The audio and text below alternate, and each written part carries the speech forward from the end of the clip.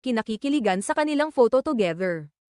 Muling naging laman ng balita at social media feeds ang aktres na si Bea Alonzo matapos kumalat ang isang litrato niya kasama ang rumored boyfriend na si Vincent Co, isang kilalang negosyante. Agad itong pinag-usapan ng mga netizen dahil sa kapansin-pansing sweetness na makikita sa naturang larawan. Sa viral na larawan, kapuna-puna ang pagiging komportable ng dalawa sa isa't isa. Mapapansin na nakapatong ang kamay ni Vincent sa balikat ni Bea, habang ang aktres naman ay nakadantay sa kanya, isang simple ngunit malambing na gesture na nagpasaya sa maraming tagahanga. Bagamat walang kumpirmasyong direkta mula sa kanilang dalawa tungkol sa tunay na estado ng kanilang relasyon. Tila nagsisilbing patunay ang mga ganitong larawan sa lalim ng koneksyon nila sa isa't isa. Hindi na rin bago para kay Bea ang pagiging sentro ng atensyon pagdating sa kanyang love life. Isa siya sa mga tinitingalang artista ng kanyang henerasyon, at palaging inaabangan ng publiko